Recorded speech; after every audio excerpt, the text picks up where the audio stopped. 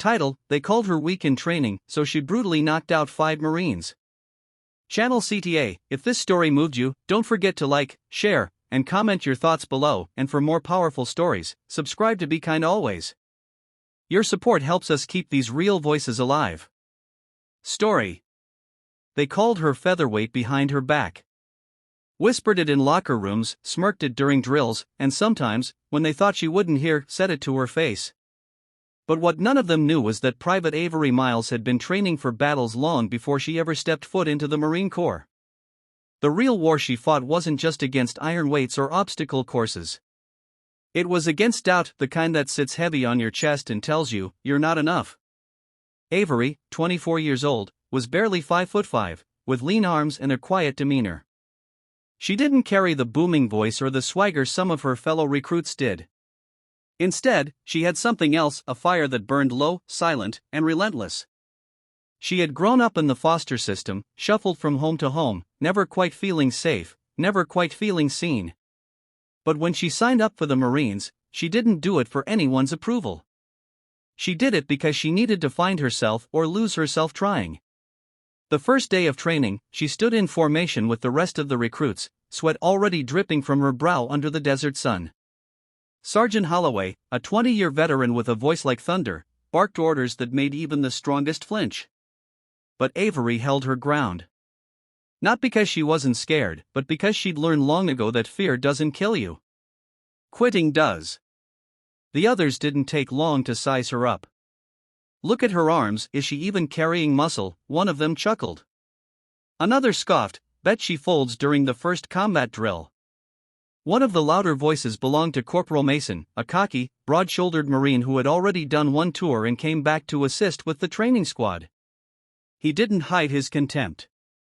Better stick to admin, he smirked at her. You'll break a nail out here. Avery didn't reply. Not then. Because words are wind. She had something stronger, patience and purpose. But even the strongest break sometimes. During week 2 of hand-to-hand combat training, she was paired against Mason. He made a show of it, laughing as he circled her, cracking his knuckles. The rest of the recruits watched with amusement. Avery stayed low, focused, reading his moves. He lunged. She dodged. He smirked. She swept under him and tried to lock his arm, but he twisted and pinned her. The instructor called the drill. Mason grinned like he'd won a war. And that night, in her bunk, Avery wept quietly. Not because she lost, but because that familiar voice of doubt whispered again, maybe they're right. Maybe I don't belong here. But then she remembered a letter she kept folded in her sock drawer. It was from her younger foster sister, Emily, who was just 13. The letter said, "You're the only reason I believe girls like us can be something. Please don't give up." That was all she needed. She trained harder. Woke up before the others. Ran when they rested. Studied the manuals. Rewatched combat footage. She practiced form, balance, speed, not to be better than anyone else, but to become the best version of herself. She stopped responding to their jabs. Silence became her weapon. By the 4th week, the final combat drill was announced, a live combat simulation, 5-on-1 sparring, meant to test every skill a recruit had learned. The instructors chose Avery to be the solo fighter. It was supposed to be random, but everyone knew it wasn't. It was a test. Maybe even a setup. Her opponents? The 5 strongest male recruits in the squad. Mason was among them. As they stepped onto the field, surrounded by the rest of the unit and trainers, the mood was already tense. Some recruits laughed nervously.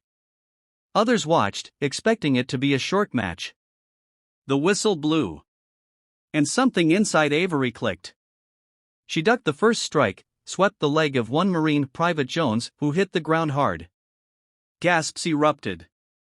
Another lunged, but she twisted mid-air, using his own momentum against him, flipping him over her back. 2 down. Mason came next, fast, aggressive. He swung. She blocked. He jabbed. She absorbed it, spun, and delivered a crushing elbow to his jaw that sent him reeling.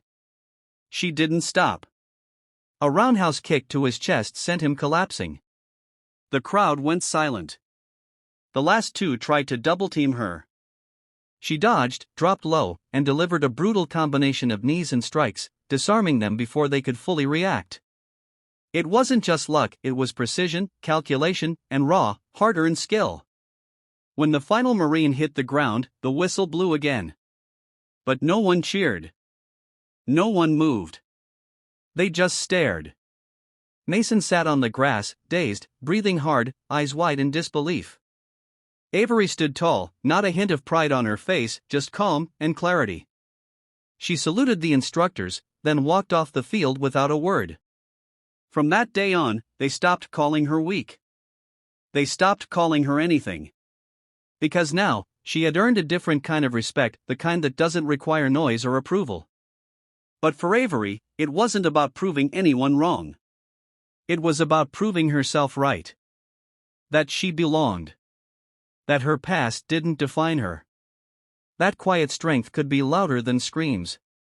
In the weeks that followed, new recruits came and went. Some tried to challenge her. Some tried to befriend her. But all of them listened when she spoke. Because when someone earns their voice in silence, you feel it when they finally use it. And Avery? She went on to graduate top of her class, later becoming one of the few female instructors to lead a combat unit. She never forgot where she came from. And she never let anyone around her forget that kindness is not weakness, it's courage in disguise. So, the next time someone doubts you, don't fight with noise. Train in silence. Work in the shadows. Let your actions make the loudest sound.